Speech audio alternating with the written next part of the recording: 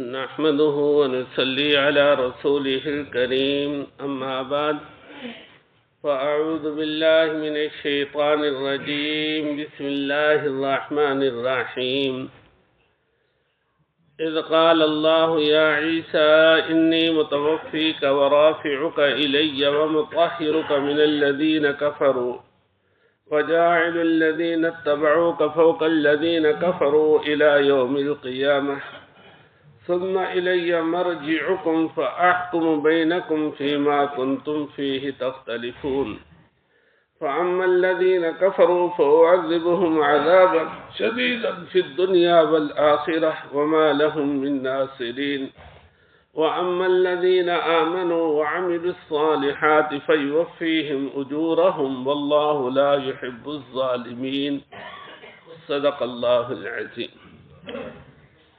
اذ قال اللہ یا عیسیٰ انی متوفیک، وہ وقت بھی یاد رکھنے کا ہے جب فرمایا اللہ تعالیٰ نے اے عیسیٰ بے شک میں تجھے پورا لے لینے والا ہوں، ورافعک الی اور تجھے اپنی طرف اٹھانے والا ہوں، ومطہرک من الذین کفروا اور تجھے پاک کرنے والا ہوں کافروں سے، وجاعل الذین اتبعوک فوق الذین کفروا الی یوم القیامہ اور کرنے والا ہوں ان لوگوں کو جنہوں نے تیری پیروی کی اوپر ان لوگوں کے جنہوں نے کفر کیا قیامت کے دن تک۔ ثم الی مرجعکم پھر میری طرف لوٹنا ہے تمہیں، فاحکم بینکم فیما کنتم فیہ تختلفون بس فیصلہ کروں گا میں تمہارے درمیان اس چیز میں کہ تھے تم اس میں اختلاف کرتے۔ فَأَمَّا الَّذِينَ كَفَرُوا فَأُعَذِّبُهُمْ عَذَابًا شَدِيدًا فِي الدُّنْيَا وَالْآخِرَةِ پس بہرحال وہ لوگ جنہوں نے کفر کیا پس عذاب دوں گا میں انہیں سخت ترین عذاب دنیا میں اور آخرت میں، وَمَا لَهُم مِّن نَاصِرِينَ اور نہیں ہے ان کے لیے کوئی مدد کرنے والا۔ وَأَمَّا الَّذِينَ آمَنُوا وَعَمِلُوا الصَّالِحَاتِ اور بہرحال وہ لوگ جو ایمان لائے اور نیک اعمال کیے، فَيُوَفِّيهِمْ أُجُورَهُمْ پس پورا دوں گا انہیں بدلہ ان کا، وَاللَّهُ لَا يُحِبُّ الظَّالِمِينَ اور اللہ نہیں پسند کرتے ظالموں کو۔ زیر درس آیت میں اللہ پاک نے حضرت عیسیٰ علیہ السلام سے 4 وعدے فرمائے ہیں۔ پہلا وعدہ فرمایا انی متوفی کا۔ متوفی یہ یا تو وفا سے ہے یا وفات سے ہے۔ اگر وفا سے مشتق ہو تو اس کا معنی ہے صحیح و سالم میں آپ کو پورا اپنی طرف لینے والا ہوں، اور اگر یہ وفات سے مشتق ہو تو اس کا معنی یہ ہے کہ میں آپ کو آپ کے وقت موت پر وفات دینے والا ہوں۔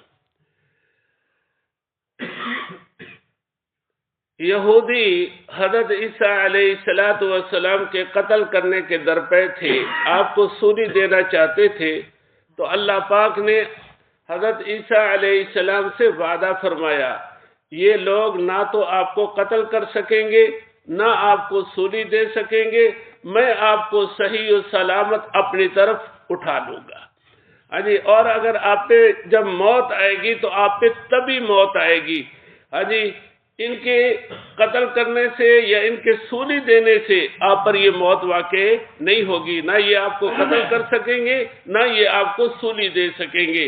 چنانچہ قرآن کریم میں ہے وَمَا قَتَلُوهُ يَقِينًا بَلْ رَفَعَهُ اللَّهُ إِلَيْهِ یقینی بات ہے کہ انہوں نے آپ کو قتل نہیں کیا، بل رفعہ اللہ الیہ بلکہ اللہ نے انہیں اپنی طرف اٹھا لیا۔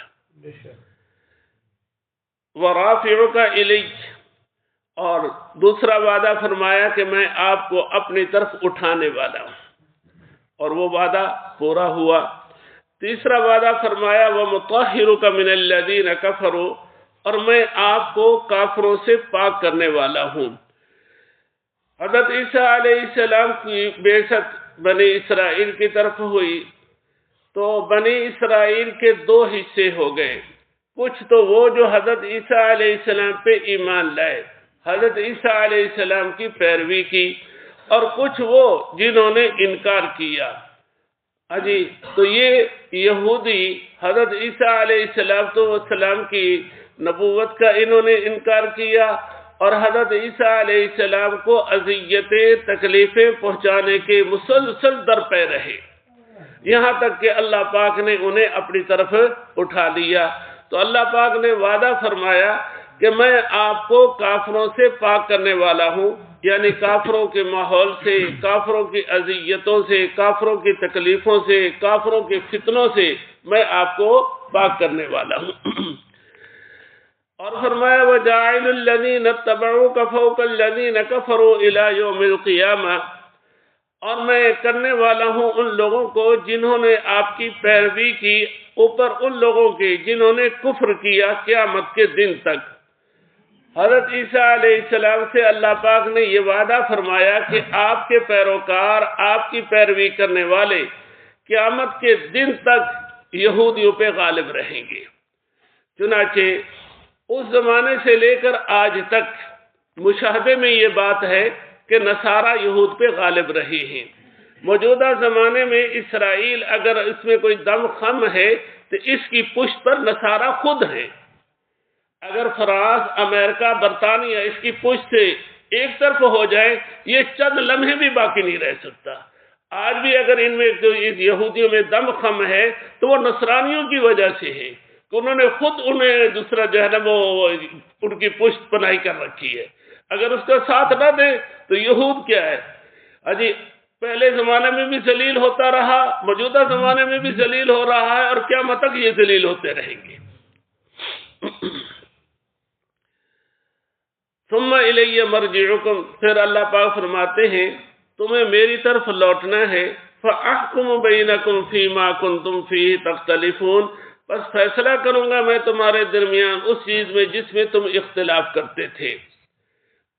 کہ بنی اسرائیل کے دو حصے ہو گئے تھے، ایک حضرت عیسیٰ علیہ السلام کی پیروی کرنے لگا، دوسرا حضرت عیسیٰ علیہ السلام کی تکذیب کرنے لگا۔